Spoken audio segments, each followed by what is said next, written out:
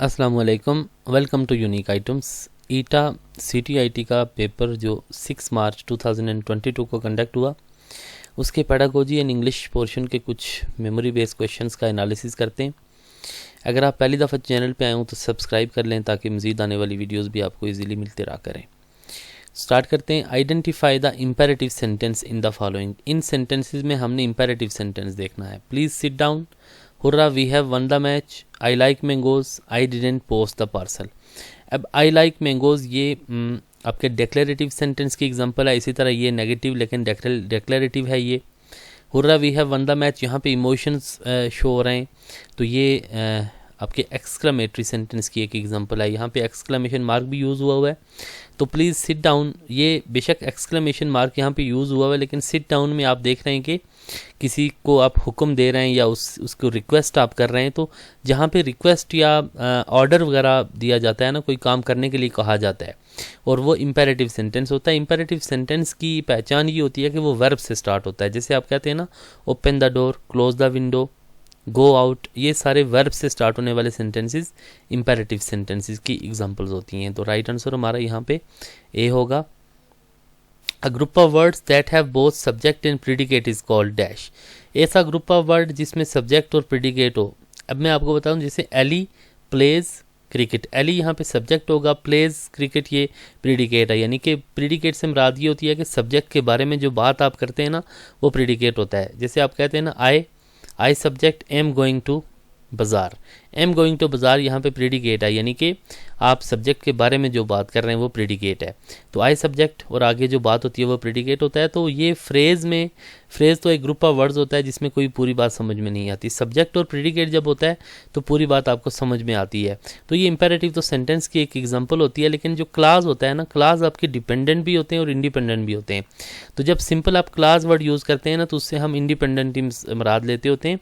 तो ये independent class होता है, उसमें सब्जेक्ट और प्रीडिकेट दोनों होते हैं, यानी कि वो एक पूरी बात आपको, पूरे मीनिंग्स आपको उससे समझ में आते रहते हैं। तो ये यहाँ पे ये क्लास जो है ना, तो ये राइट आंसर होगा हमारा, जिसमें सब्जेक्ट और प्रीडिकेट दोनों पाए जाते हैं। A noun which refers to non living things is called. जो नॉन लिविंग थिंग्स की तरफ रेफर करता है ना नाउन, वो एनिमेट, इनएनिमेट, फेमिनिन और मैस्कुलिन। मैस्कुलिन आपके मेल्स को जाहिर करता है, फेमिनिन फीमेल्स के लिए इस्तेमाल होता है, और एनिमेट आपका जो जानदार होते हैं ना उनके लिए इस्तेमाल होता है, और इनएनिमेट बेजान चीज़ों के लिए इस्तेमाल होने वाला नाउन जो है ना, वो इनएनिमेट नाउन कहलाता है। बी आंसर होगा। A conversation that is polite and respectful is called. ऐसी गुफ्तगू जो कि पोलाइट भी हो और रिस्पेक्टफुल भी हो, वो क्या कहलाती है? Lecture, speech, informal dialogue, formal dialogue. Informal dialogue में आप तो पोलाइटनेस और रिस्पेक्टफुलनेस को तो आप मद्देनज़र नहीं रखते। स्पीच में भी ये चीज़ें इतनी मद्देनज़र रखी तो जाती हैं, लेकिन ये ज़रूरी तो नहीं होता। उसमें आप क्या कर लेते हैं, गुस्से से भी बात करते हैं, जज्बाती बात भी कर लेते हैं आप। तो लेक्चर में भी हमेशा पोलाइटनेस और रिस्पेक्टफुलनेस, तो वो बच्चों को आप उस तरह से वो फॉर्मेलिटी तो नहीं होती, ठीक है, फॉर्मल बहुत ज़्यादा आप नहीं होते। तो ये फॉर्मल डायलॉग जो होता है ना, गुफ्तगू, तो ये इसका राइट आंसर हमारा होगा ए, फॉर्मल डायलॉग जिसमें पोलाइटनेस और रिस्पेक्टफुलनेस होती है। The present system of examinations is the only cause of the low standards of dash.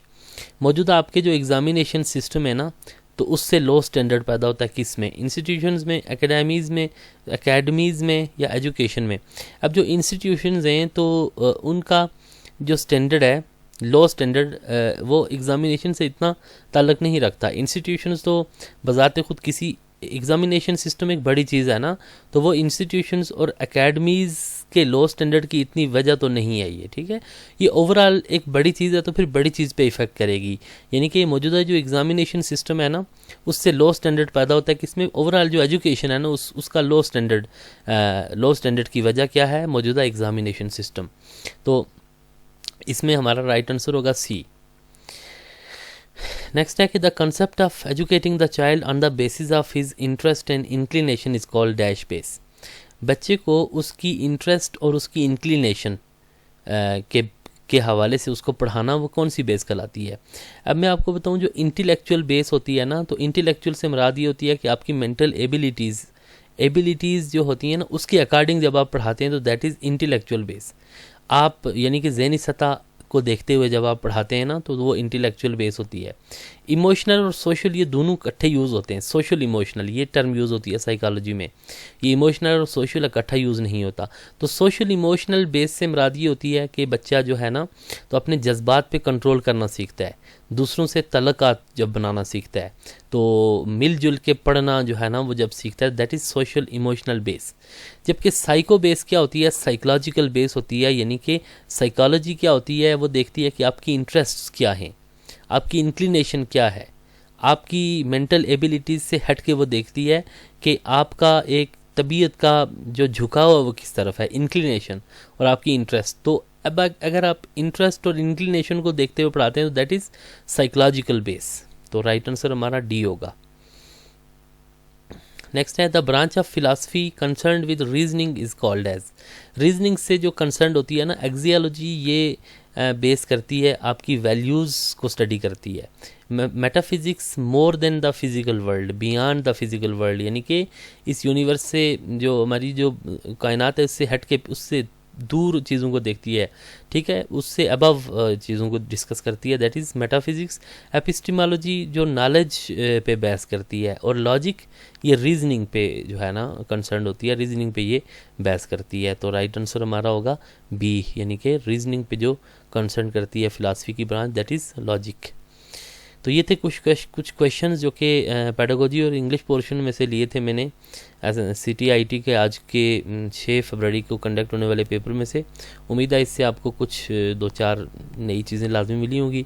बहुत शुक्रिया देखने के लिए। इंशाल्लाह फिर आपसे बहुत जल्द मुलाकात होगी, तब तक के लिए अल्लाह हाफिज़।